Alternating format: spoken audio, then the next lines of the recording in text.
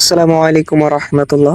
তো আলহামদুলিল্লাহ আমরা সকাল সকাল আমাদের ঘাসের জমিতে চলে আসি, যেহেতু আজকে আমাদের একটি সফরের উদ্দেশ্যে রওনা দিতে হবে। সেজন্য সকাল সকাল আমরা কাজগুলো করে নিচ্ছিলাম এবং ঘাসগুলো কেটে আমাদের খামারে নিয়ে আসি এবং গরুগুলোকে খাবার দিয়ে আমরা রেডি হয়ে আস্তে আস্তে রওনা দেই। তো আলহামদুলিল্লাহ আমাদের বাজারে পৌঁছাতে হবে, যেহেতু আমাদের গ্রাম থেকে অনেকগুলো মানুষ একসাথে আমরা রওনা দিব সফরের উদ্দেশ্যে এবং আমাদের জন্য একটি নির্ধারিত বাস রিজার্ভ রাখা হয়। তো আলহামদুলিল্লাহ আমরা গাড়ির ভিতরে উঠে পড়েছি এবং গাড়ি স্টার্টের পরপরই আমরা আমাদের রবের শানে কিছু দোয়া ও মোনাজাত করে আমাদের গন্তব্য স্থানের দিকে রওনা দেই। তো আলহামদুলিল্লাহ দেখতে দেখতে আমরা অনেকটাই পথ অতিক্রম করে এসেছি এবং জোহরে রক্ত হয়ে যাওয়ার পরপরই আমরা গাড়ি এক সাইডে রেখে রাস্তার ধারে একটি অসাধারণ মসজিদ টের পাই আমরা। তো এই মসজিদে যাই জোহরের সালাত আদায় করতে। তো মাশাআল্লাহ মসজিদটি দেখেন কত সুন্দর। তো আলহামদুলিল্লাহ আমরা জোহরের সালাত আদায় করতে আসছিলাম এখানে।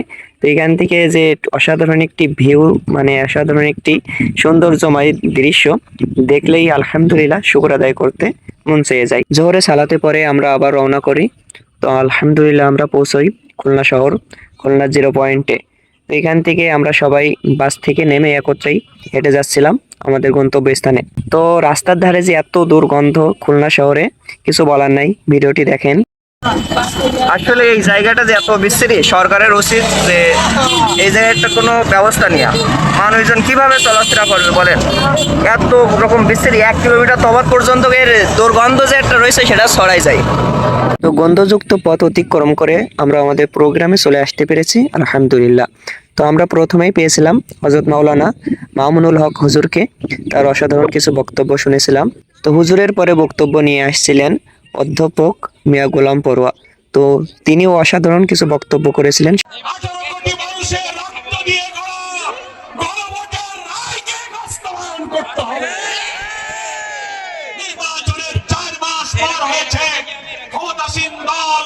জাতির সাথে কথা দিয়েছিল, সে কথা রাখেনি। 180 ডিগ্রি কথা উল্টায়। তো এই প্রোগ্রামের প্রধান অতিথি ডক্টর শফিকুর রহমান দাদু, তিনি লাস্ট বক্তব্য নিয়ে আসেন, যুবকদের জন্য অসাধারণ কিছু কথা বলেন, সবাই শুনেন। আমি যুব সমাজের প্রতি আরেকবার প্রাণ করে আহ্বান জানাচ্ছি। যুবকরা সব প্রস্তুত আছে? এক মুরব্বী হাত তুলেছেন, আমার ধারণা উনার বয়স হবে 75 বছরের। আমি যুবকদেরকে তিনি জানিয়ে দিলেন, তোমরাই শুধু যুবক নও, জাতির প্রয়োজনে বয়স যাই হোক আমরাও যুবক। একসাথে আমরা লড়াই করব আধিপত্যবাদের দূষণদের বিরুদ্ধে, দলখানাদের বিরুদ্ধে, দাদাবাজদের বিরুদ্ধে, দুর্নীতিবাজদের বিরুদ্ধে, আমার শিশুর সন্তান দেখে এনে সেই দর্শকদের বিরুদ্ধে। আল্লাহ হাফেজ। বাংলাদেশ জিন্দাবাদ, 11 দলীয় ঐক্য জিন্দাবাদ, খুলনাবাসী জিন্দাবাদ। আসসালামু আলাইকুম ওয়া রাহমাতুল্লাহ। আলহামদুলিল্লাহ আমাদের প্রোগ্রাম শেষ। তো আমরা আমাদের গাড়ির নিকটে চলে আসি। তো এই প্রোগ্রামে যে এত পরিমাণ মানুষ হবে আসলেই অবিশ্বাস্য। তো ভিডিওটি দেখার জন্য সবাইকে অসংখ্য ধন্যবাদ। আসসালামু আলাইকুম ওয়া রাহমাতুল্লাহ।